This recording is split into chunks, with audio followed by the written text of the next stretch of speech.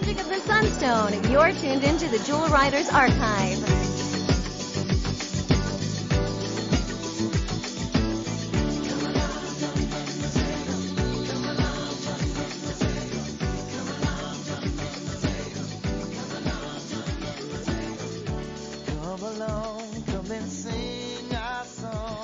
Hey Jewel fans, I'm Chris. And I'm Ronnie from the Jewel Riders Archive. Welcome back to Amethyst, Princess of Gemworld, Part 2. 40th Anniversary Edition. Your favorite anniversaries. I do love a good anniversary. Last episode, we left off sort of the end of the maxi series. I just laughed because the way that you said it, and it just made me think of Jewel Riders, where she's always like, last time on Princess Guinevere and the Jewel Riders. Or something. Last time on the Jewel Riders Archive podcast featuring Amethyst, Princess of Gemworld. Exactly. Ronnie discusses how he's never read the comic series that he's owned for 28 years. Yes. For shame. So if you have not already listened to the first part of this episode, be sure to do that first, because this is a continuation. Right. So we kind of broke down, like, who is Amethyst? What's her main... Who's she? Yeah. What's she doing? Like, what's her motivation? What's her deal? Exactly. Why's she over here doing all that? Why she got a big rock around her neck? Exactly. All those are answered in episode 1. Yes. And if they aren't, don't come back to me and say that they weren't.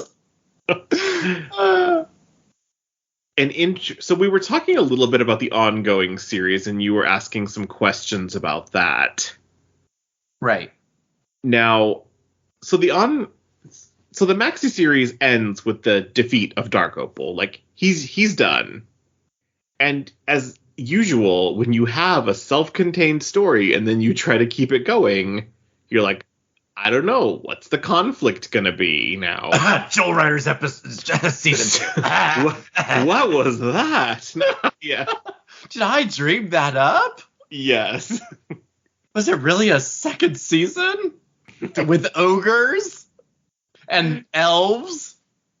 I can't believe fashion shows and was that the same series that I watched season 1 of? Exactly.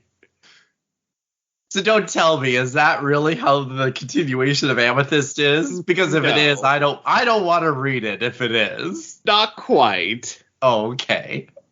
So in the annual that bridges the two, they set up this idea of sort of magical junk sort of blocking the portals between Gemworld and Earth, so it makes it harder for Amethyst to go back and forth. It's also very wild magic tunnel travel tree rings. There was a couple of things in the series that I made note of. It was mainly like that idea, but then also like her magic shield, the girls conjure as well. The fact that she rides a winged stallion is the same thing like Sunstar. Kind of her general, like, everything in the world is kind of jewels. Not everything is jewel encrusted like Jewel Riders, but also there's like a box where like Dark Opal holds all of the gemstones before he fashions them into the breastplate. And it's just like, there's so much that I think someone out there was inspired by. Yeah, so it comes back to this, like, well, what's the story? And it ends up with, like, the young Princess Emerald being stuck on Earth at the Winston house for basically the rest of the series. They bring back, like, the long-lost son of Lord Garnet, and, there's more power struggles in Gemworld. There's new villains. There's a new villainess named Fire Jade. Ooh. Whose identity I won't spoil. Okay. And yeah, again, 40-year-old spoilers, but well, I mean, I like to be surprised. Exactly. So don't just ruin in it case for me. you end up reading these, I don't want to spoil it. Yeah, I will eventually read them, maybe for the 50th anniversary. Oh my gosh. But I think the problem with it is that the main writing team sort of leaves the project like halfway through the ongoing series. And they basically talk about it in their interview on the Dollar Bin Bandits podcast. They're like, we didn't really like editorially, like where we were being forced to go. And I can see it now because eventually, as all things in the DC universe did at the time, tie-ins. Yes, it ended up tying into this huge event in DC Comics history called Crisis on Infinite Earths, which was an attempt by the company to merge all their multiverse worlds into a single world. Which is nothing wrong per se, because I mean, as we talked to Greg, like his bringing all the Disney princesses together created one of the most profitable, IP lines. Same thing with like the Universal Classic Monsters, like the Universal Monsters. Like, I kind of like these tie-ins, but at the same time, sometimes they become forced. And it's like, well, why did that have to happen? And it's like, right. Marketing synergy. That's why it happened. Mm-hmm. There was no real story to tell. Exactly. And in the case of Amethyst, I think it really derails the whole book afterward. Because they tie Amethyst into these characters called the Lords of Order and the Lords of Chaos, which are sort of extra dimensional beings who want to maintain order and chaos. Imagine that in the universe. And it retcons parts of her backstory from the Maxi series. Wait, that's a liner note. What does retcons mean? Retcon is it's like a retroactive continuity. I gotcha. So, and in case no one understood my reference, so I was reading the liner notes inside of CDs, and I was like, I really think that people who really want to be prolific authors write these things, because sometimes they use big, like, Jeopardy-style words, and you're like, what does that mean? So, yeah, that's what I meant. Sorry, go ahead. That's okay. Retcon is a pretty common word sometimes in like long-running fandoms, especially related to comics. Gotcha. Because, comics reboot their universes every, 5 to 10 years now. And unfortunately, it's kind of like Amethyst gets caught in the blast shockwave. And it ends up kind of on this really downer ending that I don't really like. And then she gets that limited 1987 series, and then she sort of disappears for many years. So from 87 to her rebirth in 2012, she's really nowhere to be found much. Yeah. I think she might pop up here and there in the DC universe, but it's always been one of my big beefs is that these crossover events can derail like a carefully plotted story in an individual book. Well, I think that's why sometimes it has to kind of be like, well, that might have happened in the alternate world, but, it has no place necessarily in the main storyline. Like, it's almost like a guest appearance. Like, it's like that Superman issue. She's with Superman. But she's... Not having read it, I can't tell you if it really makes any point to the plot for Amethyst or if it was just like a quick cameo. No, I mean, it's a crossover issue. So, she's there as... Basically, they're trying to introduce her to a larger audience. And this was during the Maxi series, I believe, that this crossover issue came out. Gotcha. And is that because Superman technically lives on Earth, and so she and him could have seen each other? Yeah. Look at that. Yes, imagine that. People who live on Earth. Yes. They coexist, though. Yes. So one of the reasons... So I was always wondering, so why... if you feel like you didn't really like the direction it was going, what happened there? So on the podcast, I found out that the reason the ongoing series was really made was because at the time, DC made toys of their characters via Kenner. There's a really well-known toy line called the DC Superpowers collection from the 80s. And, they made, tons of characters in this line. And they had all of these, DC characters. And apparently, according to the writers, Dan Mishkin and Gary Cohn, at the time, Kenner expressed interest in doing an Amethyst line of toys. And as far as they said it went to Toy Fair as prototypes. But at the same Toy Fair, you know who else debuted? She-Ra and Golden Girl. So they were like, we were late to our own party, basically. Like they could have been the OG they could have toy. Been the OG magical girl toy. But instead it was like Barbie and the Rockers and Gem.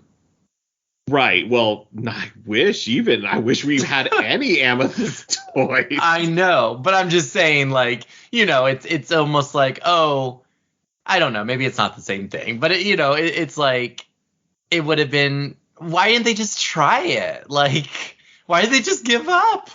That I don't know.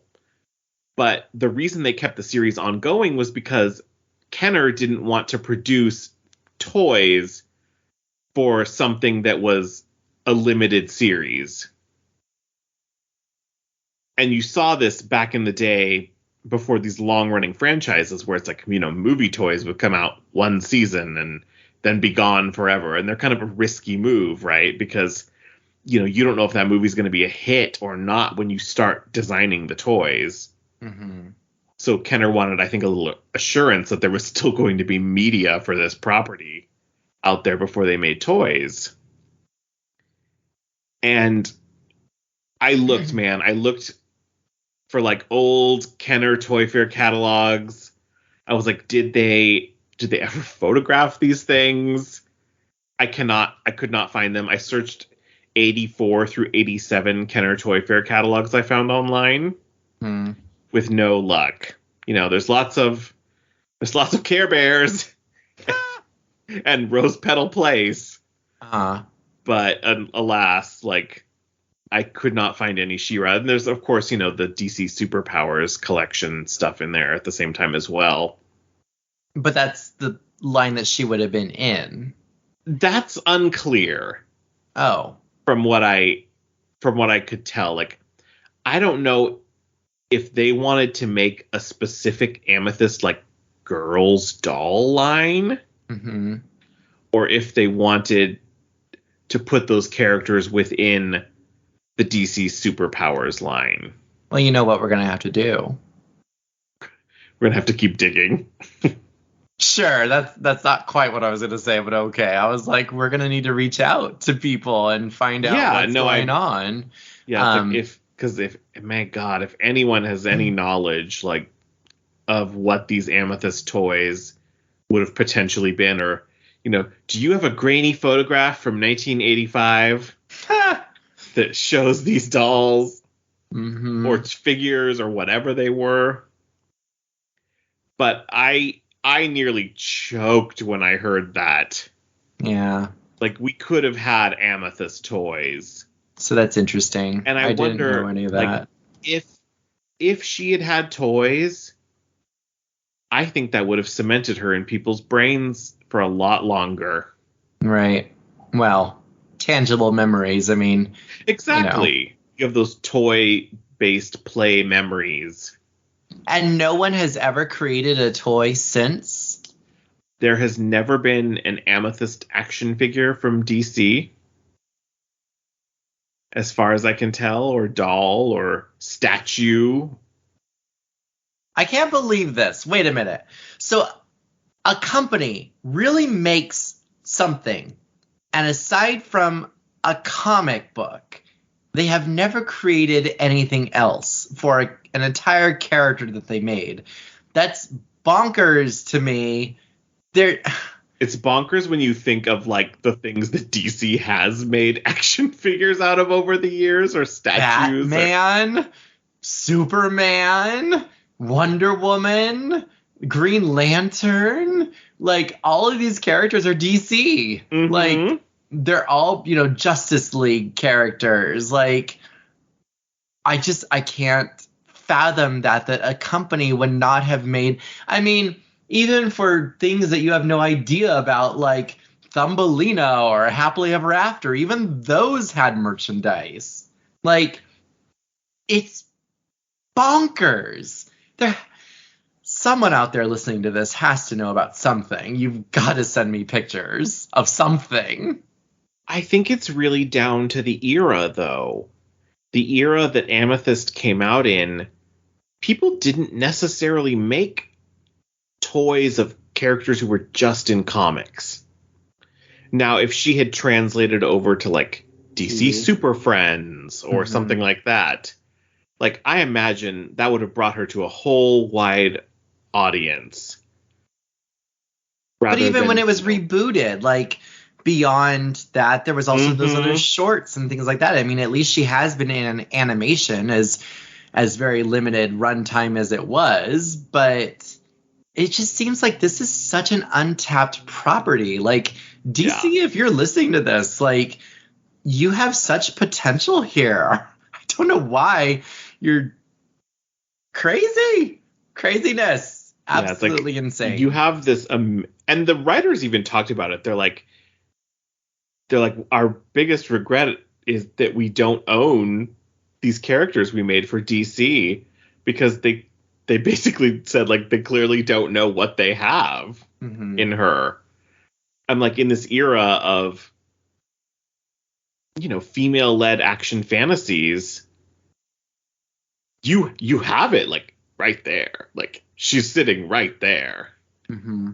Well, you talked about a podcast, and for anyone tuning in to episode 2, I don't know if we said it specifically, but this was a specific podcast. This was an episode. I went searching for interviews with Dan Mishkin and Gary Cohn, and I came across this episode of a podcast called The Dollar Bin Bandits, which is a comics focused podcast that interviewed the two creators and co-writers of Amethyst. And it's fascinating. I'll link it in the show notes for sure, because it's a great listen, and they're very entertaining, and they're very. I love hearing stories from creative duos, whether that's, these two gentlemen, or John Musker and Ron Clements, or, people like that.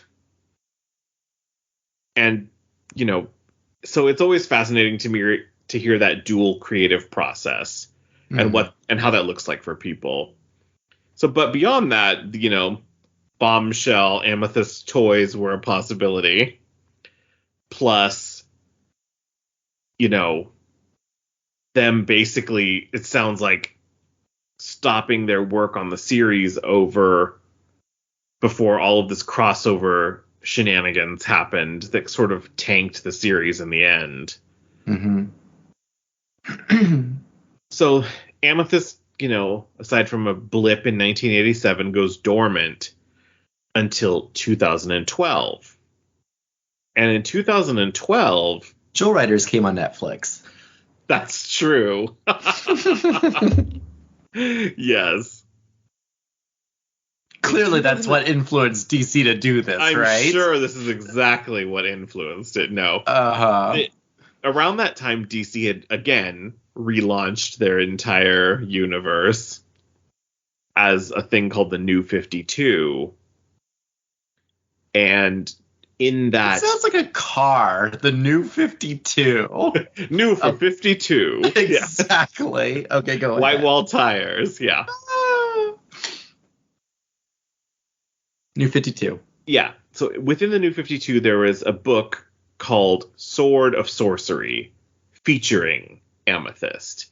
Now, Sword of Sorcery was a compilation book that had like one or two stories in it at a time. There was Amethyst was the main story, and then there was like a backup story that was like a shorter page count, and it was like Beowulf at one point and so forth.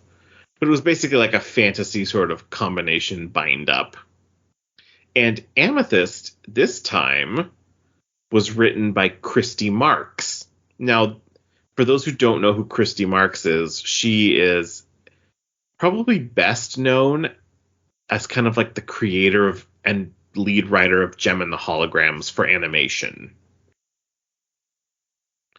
And, you know, she's not the only person who created Gem whole cloth, but she created Gem, and in the 80s she wrote a comic called Sisterhood of Steel, which was about like a female mercenary group.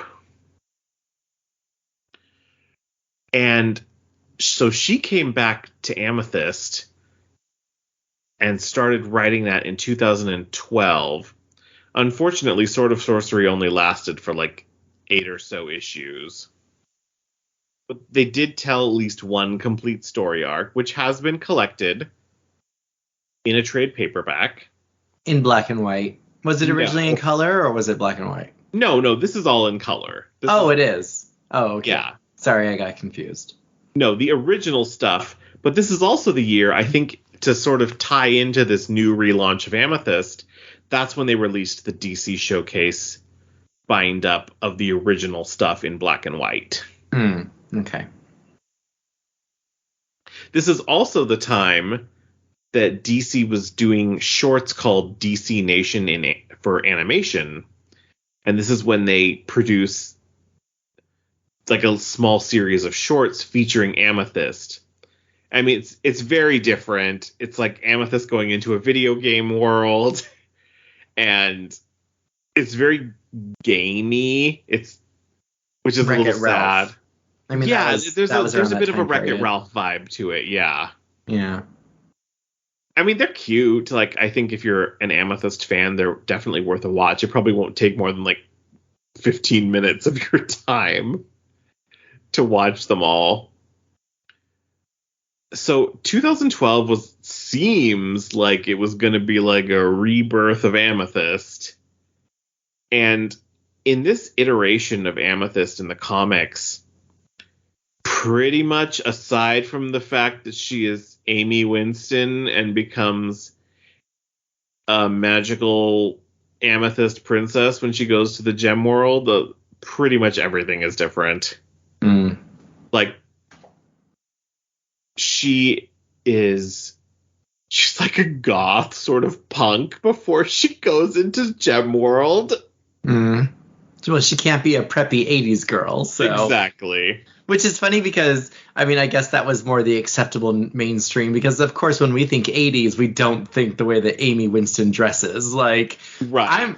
I mean, like, we think kind of Saved by the Bell or, like, Married with Children. Like, that's, 90210. That's what we think of. A little bit more 90s, but yeah. Mm-hmm.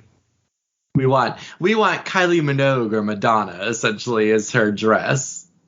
Yeah, and I was leafing through an interview I found with Christy Marks, and she kind of references, like, who are like the action hero girls who were popular at the time.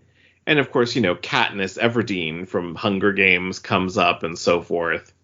And I was like, yeah, I mean, that makes sense in the context of the time to kind of maybe make her a little more hard-edged of a character. Mm-hmm. It's the same way that She-Ra is reimagined, though, and that's the whole reason why you have the fractions of, like, oh, we like original She-Ra, who's big and busty and, runs around in her little dress and things like that. Like, we want that versus what Netflix provided. Mm-hmm. I think it's the same thing with Amethyst, is that there was very much this, like, kind of like, okay, we need to not make them look so much like Barbies running around fighting, but at the same time, it's kind of like, I mean, I guess it goes back to like Jewel Riders. Like, there's such a definitive design to Jewel Riders that if someone rebooted it, I don't know. I mean, I think that obviously there would be different sides, like someone who'd be like, yeah, you need to make them more androgynous, or, you know, we need to make them look a certain way, or maybe who says that they even have to look like, you know, a regular female? Like, what if they looked like something crazy out of I forgot the show that we watched. Centaur World. Yes, Centaur World, exactly. Like, they could maybe look something crazy like that. Like, you know, so I think that that's just the choices of the art style. And yeah, there was a big push to make characters look a lot more kind of like they could fight. Like, you know, it's almost like saying like, oh, well, if you're a pretty princess, you can't fight in heels. Like, right. So this Amethyst, and by the way, in this, her name is Amaya. Oh, that's the human name? No, that's her. That is her Gemworld name, I believe. So she's Amaya, Princess Amethyst of Amethyst? Okay. And she's, you know, she knows how to fight and ride horses and do all of these things. But this made me laugh when I realized it as I was rereading it. So she goes, in this, her mother survives, and her mother is the one who goes with her to Earth. And basically her mother raises her in secret there. But not telling her anything about Gemworld. Why does it seem so familiar? And so, meanwhile, back in Gemworld, her mother's sister, Amethyst's aunt, takes control of the Amethyst realm. My stars. It's very, like, female focus. Yeah, which isn't a bad thing, but... No, but it makes sense coming from a writer like Christy Marks. Mm-hmm. So it's like the main villain of the piece is her Aunt Mordiel. And I'm like, Aunt Kale, is that you? Mm-hmm. So, and you know, they're vying for the same source of power. And, you know, in the end, they have to like team up to beat a different villain. Mm. And I'm like, but yeah, like pretty much like none of the characters are there. Citrina's not there. There's no Granch. There's no Topaz. What about Carnelian? There's no Carnelian to left over. Then I'm done. Although there are some pretty lovely gentlemen in this book. If there's not a blue-headed Carnelian, I don't want it. I don't know. You might change your mind if you read it. There's a hot Prince of Diamond in this. I don't know how. I was just random thoughts. I was like, what if Carnelian had body hair? Would it be blue? And I was like, that's kind of hot. You're so ridiculous. That's immediately where my mind went. It did. Anyway, yeah. So if you're looking forward to Ronnie's erotic Carnelian novel coming out next year, stay tuned. Oh, bye. Am I going to have to make this? Where Carnelian and Amethyst get together. Yes. Or Carnelian and Topaz. Doesn't have to always be gay. I just want Carnelian as the main love interest. That's what I want over here. Anyway, okay, so it was obviously rebooted, and I love the fact that they put it in just like these kind of brief little things, but again, there's no toys to tie in. There's no nothing. Like, did this reboot even have a comic? I'm assuming? Well, yeah, maybe? The reboot was the comic. I thought it was the shorts. No, the shorts were like an additional thing. Okay, so it's a comic and shorts. Yeah, and they're not the same. They're not in the same story. So there's no synergy between them. Who is running the show? I want to know, what the hell? Like, it's bonkers to me. Oh my God. Whoever is in charge of this particular IP, you're fired. You're done. Get out of here. Well, I guess you're firing all of DC Comics. Well, whoever is in charge of it. That's what I'm saying. Whoever is in charge of this particular thing, you know, they've got their individual managers who manage each IP. Whoever it is, they're fired. They're done. So Well, again, anyway. Amethyst goes dormant after this. I think she's popped up in the background of like Teen Titans Go and DC Superhero Girls and so forth. But again, like nobody was really doing anything with her. And then we come to like 2019, 2020, and DC is relaunching they have a new imprint called Wonder Comics. And under this imprint, they're relaunching the title Young Justice, which is like a junior Justice League, basically. It's like, Superboy and Robin and Wonder Girl and so forth. But part of this new team is Amethyst, Princess of Gemworld. They're really sort of dragging her into the main DC universe this time. Like no sort of half-hearted steps like the last two times. And like the entire first arc of this Young Justice comic takes place largely on Gemworld. And you've got a lot of the same old characters, like Citrina's back and Dark Opal is back and so forth. And, Young Justice has their adventure there. And then at the end of that arc, they go off on more adventures, and Amethyst goes with them on, their next multiverse stops and what have you. Also at the same time, Wonder Comics puts out another Amethyst limited edition series, which is collected in a single graphic novel in 2020, I believe.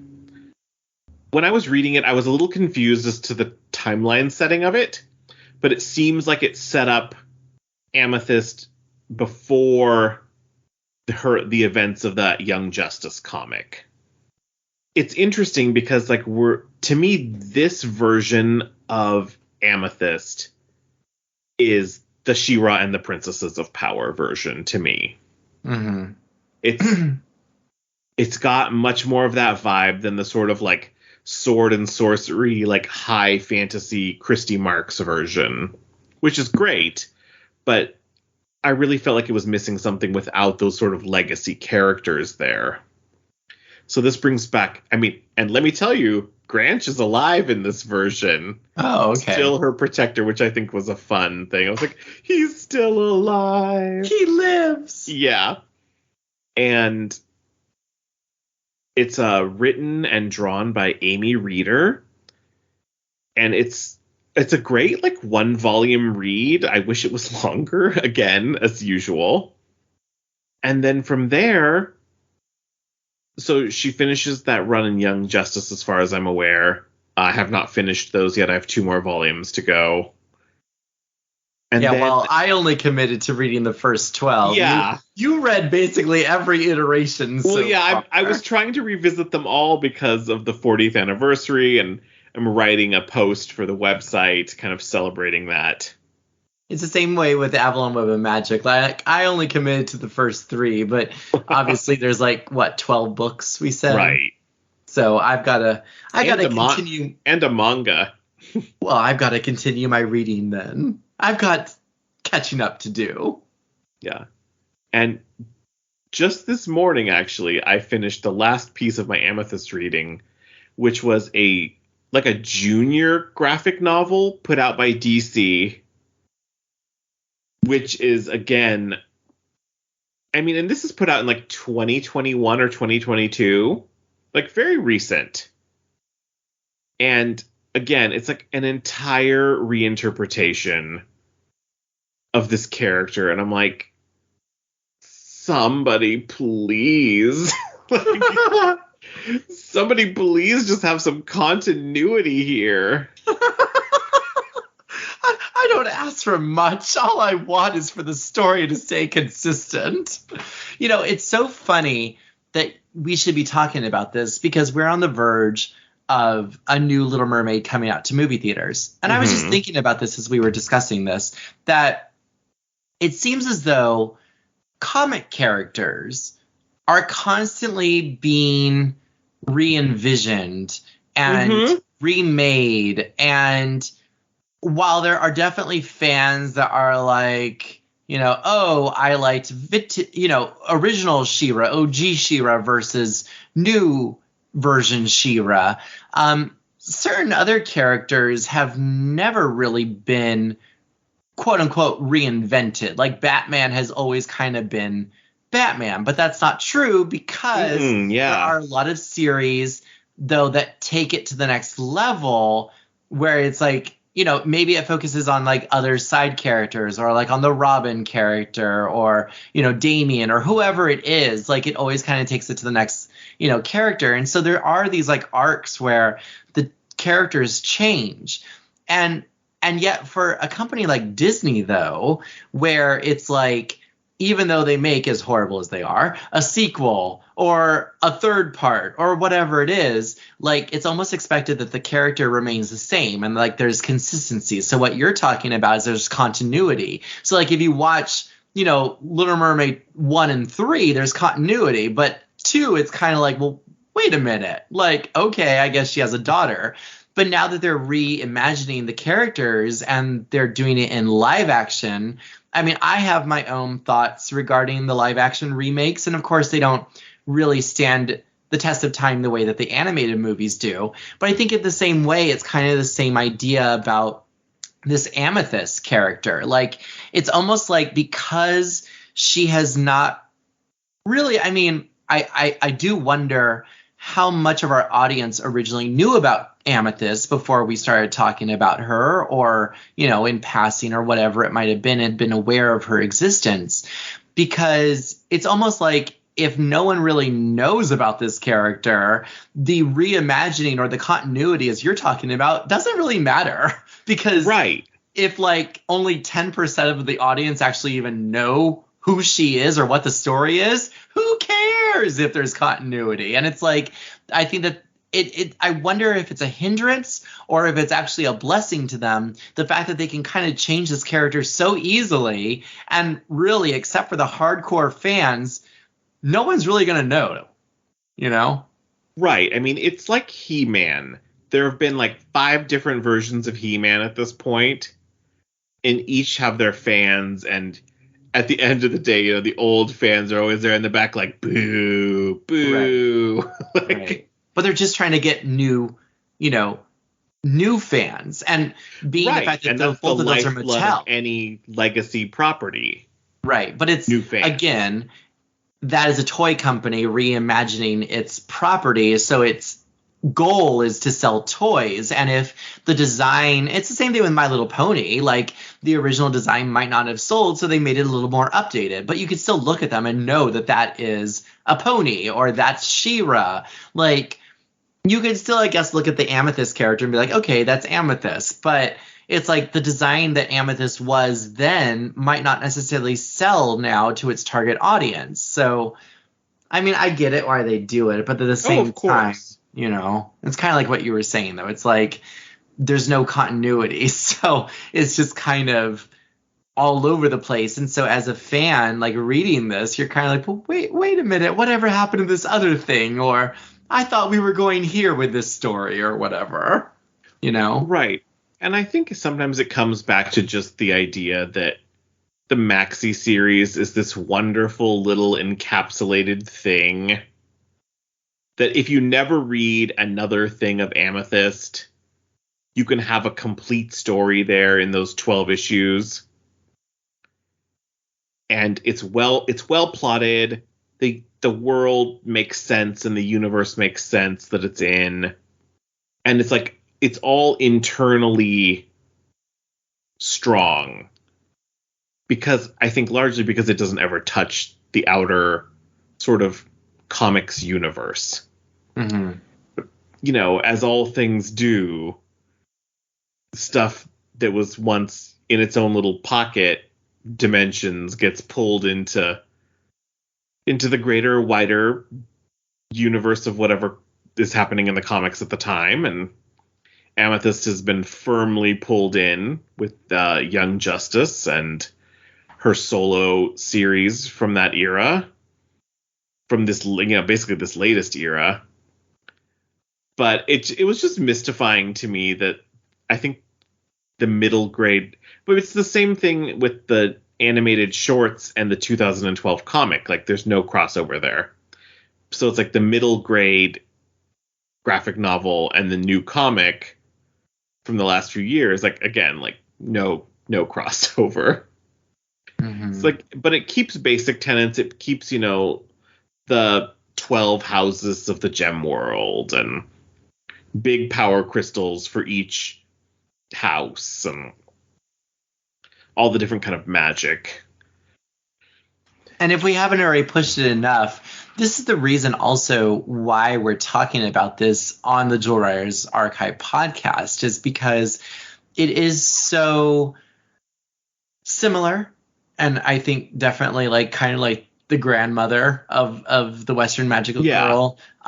There's so many similarities in the quest for the jewels and the villain who seeks to control the magical realm through the use of the gemstones, and kind of like a master guardian in Citrino or a Merlin character who kind of teaches the young princess, a Guinevere, how to wield her magic and how to use it against the forces of evil. And then you do have kind of, the character, whether it's Catra or Carnelian, who seems as though they're going to become good, because they just kind of have those qualities about them. And I think that if it was rebooted with the Carnelian character, I can't help but focus on him. I'm sorry. But it's like, I think he's so hot. Like, someone please cosplay as Carnelian and then send me photos. But it's just like, the whole idea about like each kingdom being ruled by a different ruler and using each of those gems to kind of keep a balance. It's so Avalon-esque.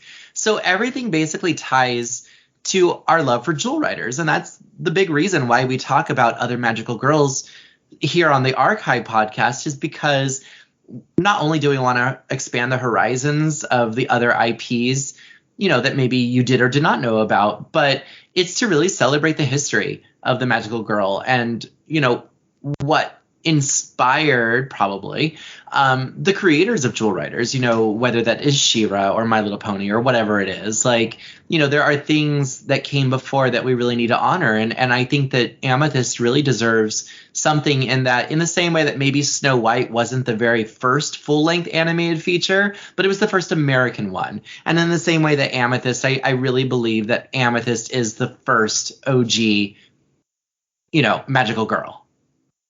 That's my thought. She's the progenitor of, I think, almost everything that came afterward. It's like the DNA is there. Mm-hmm. The DNA evidence, the transformation, the jewels, the magical world. Oh, I wish I would have seen a transformation. I mean, I know she transforms like when she goes through the portal, but that is definitely something that like She-Ra set up, was the transformation sequences. Mm-hmm. And so it's hard to look at things that came afterward without looking at Amethyst and really being like, yeah, she's one of the origin points for sure. Mm-hmm. And I just wish that more people had access to those comics, and I wish more people knew about her. She's not despite being in stuff, having very recent comics, like I just feel like she's very unknown. Mm-hmm. Well, it goes back to the whole idea. This is something that we've talked about before, even with something like Jewel Riders, whether a really big company owns the property or not really doesn't necessarily determine on the popularity or how prominent those IPs will become, because then it could be something like, kind of like a flash in the pan where it's a Home on the Range. It came out and it died, and it'll never be seen again. So it's the same way with, I think, this. It's like, despite being owned by DC, it just feels like they're trying to get their money out of it. Like every so often someone's trying to come out there and be like, hey, like, let's reboot this. But it hasn't really had the right leadership. And nothing against, the writing teams or anyone that has tried to, be re-inspired and re-release these things. I think that it is going to take kind of I don't know what what medium it is. But I think that they definitely have something on here, and whether or not it comes out in our, foreseeable future or much longer, I don't know. But there's just so much to be said here about Princess Amethyst because, as we said, she is kind of the origin, the source of so many Western ideal, like, magical stories and world building and, like, quests and things like that. Yeah, I would think, like, it's like, HBO Max, like, you release all of these DC things. Shouldn't you ever try your hand at, like, a little Amethyst thing? Like, a little animated series is all we're asking for. I know. I'm just asking for a lavishly animated series. Well, can't you just go to your garage and just create one? Just make one. Exactly. Just you and your grandparent. Just make the whole thing. Exactly. I mean, DC does make all of those animated films now that they've been doing for the last probably like 10 or so years. Well, I was going to say some of them are motion comics, but then the other ones are like actual, like fully animated films, feature films. Yeah, and I'm like, you could do like a banger Amethyst animated film to test the interest for this character. Mm-hmm. Like, there's so much great material to pull from. And it's like, I'm not saying that she has to be like a carbon copy in any form going forward of the original Amethyst, because that Amethyst is there and it's very 80s, and I like that, but I recognize that it limits like new fans from engaging with that character to a degree. Mm-hmm. Which is why I did like the new sort of iteration, because it paid some homage to the world of Gemworld and the original characters made by the original creators. Hell, just have the original creators come back and do a series again. They're both still alive. I mean, we've got 10 more years, but even for a 50th anniversary, make me a doll and put it out there or something. I know. If nothing, like, if you just want to release a like collector statue, like, whatever it is, like, give me something of her. Don't make me find a She-Ra that I gotta paint custom. Hashtag Sunstar Moondance becomes Shadow Song. Exactly. I'm looking at a She-Ra figure right now, and I'm like, with a little ingenuity. Exactly. I could just get some purple paint and go to town. Yeah. And then it would look horrifying at the end, no doubt. But no, I understand what you're saying, though. And like I said, I think it's just bonkers, the fact that there is no merchandise, a T-shirt, a keychain, nothing. Like, that's bonkers to me. Nothing that I've seen. Crazy. I mean, I could be missing some stuff, but... Well, you know a lot about things like that, though. And if you don't know... Just for shiggles... I'm going to look on eBay right now. Oh, I already did a Google search for Amethyst merchandise. And some stuff on like Redbubble and stuff like that came up. But other than that, yeah, nothing. Sad times. Oh, well, there's like... What? There's cruddy print-on-demand T-shirts. Yeah. Off of eBay that are, I'm sure, not official, but... Probably not, but maybe we could. Is it the old art or the new art? It's old art, yeah. I was like, maybe if I'm feeling, I don't know. No, I'm not going to promise anything. Yeah, she's a great read. She's a great character. I think if you are at all interested in magical girls of the 90s and the 80s, I think you owe it to yourself to read some Amethyst. See Even what you just think. The first 12. Yeah. Just read the original Maxi series. series. Just read the Maxi series. If you feel like going forward, great. If you don't, not a big deal. But I think... And if you fall in love with Carnelian, just... it's okay. And if you too develop the hots for Carnelian, like Ronnie. Oh my god. Oh, that's funny. No, Oh, somebody has a print-on-demand mug of Amethyst. Don't let me see it. Well, don't get off of Evil Bay. I don't need another mug in my life. You don't, and you don't need two of them especially. Oh my goodness. Chris is going to close eBay right now. Am I, or am I adding it to my watch list? Would you stop? Just stop it. My goodness. We've seen videos of your hoard. You don't need to add it. No. You've got sky dancers and Tanko and dragonflies and jewel riders and Barbie and everything. My goodness. You know, you just reminded me that in my childhood bedroom, I had a cork board. And you remember when everyone had started buying like photo paper for printers back in like the mid 2000s? Okay. I remember I was like, I can't find any Amethyst anything. So I think I scanned 3 of my favorite covers and printed them out on photo paper to tack them up on that cork board. That's so funny. Your tangible merchandise was a photo. Exactly. I made my own little print. It was literally print on demand. Yes. It's so funny.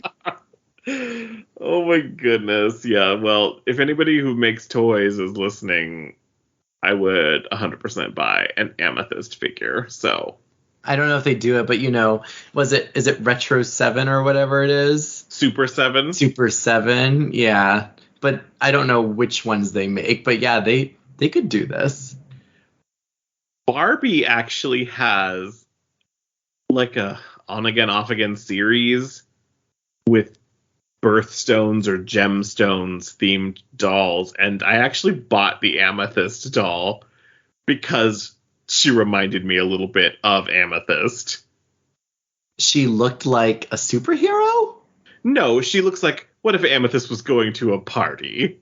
Oh, okay. Well, depending on, you'll have to send it to me later, but that is my birth month, so I did have an Amethyst doll, but I think like everything else I sold it. Unfortunately, I know she got lost in the space between Earth and Gemworld like everything else. There you go. I was gonna say, if you really wanted to, then you could take that Amethyst doll and you could buy the superhero Barbie and put the outfit on her, but then they would be pink because everything in Barbie is pink, Right. Yeah. Well, there you go. And the new movie is coming out. That's exciting. I'm excited for the new Barbie movie. I think the doll and toy collecting community is like losing their collective minds over every like new tidbit on this Barbie movie, and it looks fantastic. I'm 100% here for it. I mean, the trailer basically gave away no story plot whatsoever. No. And yet you're laughing, off about like, I'm gonna beat you off and things like that. And yes. Like, oh my gosh. Like, see, that's the funny thing, is that it's like they know their target market, and yet they have successfully made, it seems, a film that everyone seems to agree on. Like, no one in the community that I know of is like, I hate this. I don't like it. Unlike the Disney movies where there is, and it has nothing to do with the casting. It's just the fact that people don't like remakes. And so, like, why are you remaking a good movie? Like, remake the bad ones. Like, why? Just like Wizard of Oz. Like, if you're going to remake Wizard of Oz, I mean, there's people out there who would probably root for its failure. Like, there is a new Oz, the Wicked movie being made. So it's like, I guess it's just one of those things. But anyway, the point is the Barbie movie looks amazing, and we're excited for it. I wonder if it's a case of, like every movie now seems very dark and gray. Mm-hmm. All the superhero movies look drained of color. Even Little Mermaid does as well. Oh yeah, I saw the trailer for it before Return of the Jedi the other night, and it was like, it's so dark. Mm-hmm. Okay, I realize underwater is not bright in reality, right? But this is fantasy. I mean, it doesn't have to be reality. Yeah. But yeah, Barbie is so pink. I love it. So bright. It's colorful. It's funny. And sometimes I'm like, people just want you to lean in to what it is they love about whatever this thing is. Mm-hmm.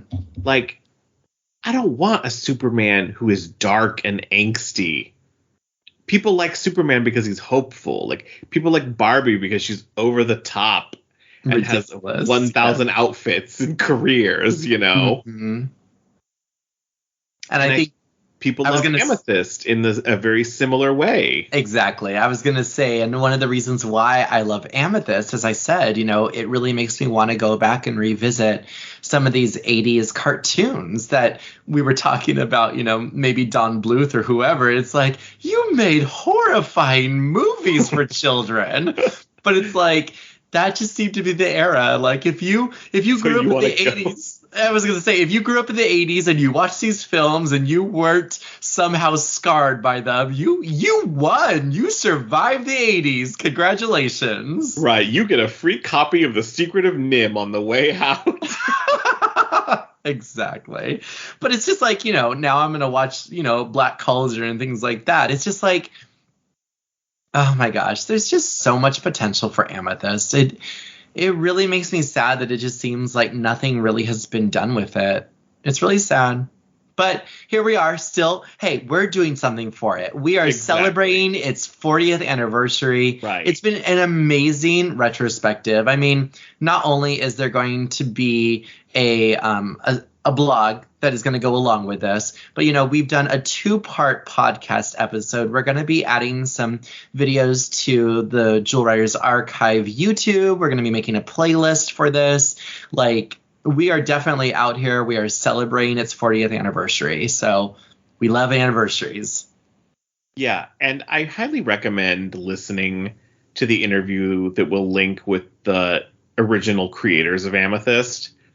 It's illuminating and they're interesting, and you can tell how much they enjoyed working on this project, creating these characters, and then you get to have that little morsel about possible merchandise that never came to be to make you just cry in the rain. Yes. Oh, it's so sad. You're like Stitch. You're sitting out in the rain and you're just being sad with your big eyes. Just being sad, thinking of my little Amethyst. Oh, exactly. Who never came to be. You're just sad Guinevere sitting under the tree. Exactly. Oh, so sad. Someone make me a custom Amethyst Barbie. You can not only buy me all of the following comic issues, you can also make me a one-of-a-kind doll because you love me. Thank you. You're welcome. Please mail her care of Chris Canther so that she can just live here. Rude. Yeah. I mean, if there was going to be a follow-up to Amethyst, maybe she could become a mermaid, as so many characters seem to become. When you were talking about Little Mermaid, I thought, I don't think there's any mermaids in Gemworld, which is shocking. Well, in the 12 series, the only magical thing that when we think magic that we saw were fairies. Mm-hmm. And we saw some, anthropomorphic trees. But other than that, there was nothing else. Oh yeah, everything in Gemworld has a face. It's a little off-putting at first, but it's it's very Ozian, But at the same time, it's where are the mermaids? Where are the centaurs? Where are the zebracorns and all that fun stuff? And where are all the other horses? Because there's only literally 2 of them in the whole world. There's Garnet's horse and Amethyst. Well, don't forget that Lady Turquoise has her badass flying tiger chariot. That we saw once. I know. Sad face. I've forgotten about it, honestly. I just remember Lady Turquoise because she was so eager to join the fight. I know you said Merida, but my immediate thought was oh, she's kind of like a Tamara character. She's the redhead and Amethyst is the blonde and who's the purple hair? I don't know. Maybe that's Emerald. Who knows? It's a different colored hair person. Well, there's Lady Moonstone. She's a little purple hairish, but yeah, but she played no big part. No, it was just Lord Moonstone or whatever his name is. Yeah, it's there's all these. Yeah, all the characters have very distinctive designs, even characters who play like small roles. Mm-hmm. I just looked at some images, and there's a Fire Jade image on here, and I don't know if it's fan art or if that's official art, but her clothes are too tight. Like, probably official. Okay, I was like, that's too much. They're like melons over here. Like, my goodness. Like, literally, like, what does she do? Does she just paint on her clothes? Because how you going to get out of those clothes when they're that tight on your bosoms? My goodness. Well, she's just like every other comic character of the era, unfortunately. Yeah. I love her weird mask. It's so crazy. Did you see how Princess Emerald, do you know the little cinnamon bun hair? She very Princess Leia hair, yes. And she also has like the ribbons coming from it too. And I was like, is that supposed to be 70s and 80s inspired, or is that Star Wars inspired? I'm not sure. And then I don't know how I feel about Topaz being blonde. Like, I thought because Amethyst is already blonde, the fact that you're pairing the two blonde characters is kind of boring. Oh, my goodness. I felt like he should have had darker hair or something. Well, let me tell you that in the ongoing series, there becomes a love triangle with him and Amethyst and Turquoise. I thought you could say Carnelian. We can but wish. Amethyst's unicorn has a name. Apparently it's Max. It's Max? That's what it says. It's not Josh, it's Max. It's not Drake, it's Max. Exactly, yes. Oh. Anyway. That's a very 80s name to name your unicorn. I'm just scrolling through this page, this wiki page of like names. That's what I was doing to make sure that we covered everything. But I think we have. All right. Well, any final thoughts on Amethyst? I think it should become a cartoon. It should become a doll. And Carnelian needs to become real life so I can date him. There you go. Okay, well, AI robot manufacturers, you heard the request here. Right here where I live.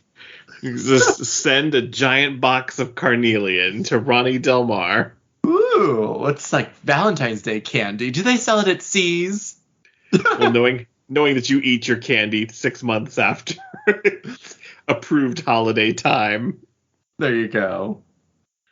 All right. Well, we want to thank you all so much for listening and joining us on this rambling talk about Amethyst. We covered everything. Jewel Riders, She-Ra. We talked a little bit about Tenko. I mean, she was in there somewhere. We talked about, she's the Holy Ghost. You're never sure if she existed. Yes. And then we talked about Little Mermaid and Barbie and everything. Snow White.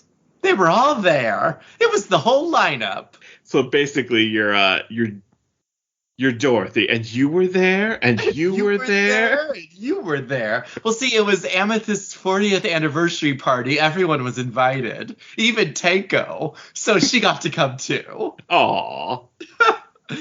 I would love a fan art now of those 3 characters. Oh, ridiculous. All right. Well, if you want to find out more from us, so you can, of course, visit us at jewelwritersarchive.com. or listen to our podcast on any major podcast platform, or find us on any of the major social media platforms at Jewel Writers or at Jewel Writers Archive. And stay tuned. Of course, lots of interesting stuff coming up. And we hope you enjoyed Amethyst, and we hope you check out those comics, because I think every support shown to Amethyst will tell DC we want more Amethyst. All right, and like we always say at the end, friends together. Friends forever. Even for 40 years. Even for 40 years of magical princesses. Friends forever. Yay! Bye, everyone. I hope you have a magical day. Bye.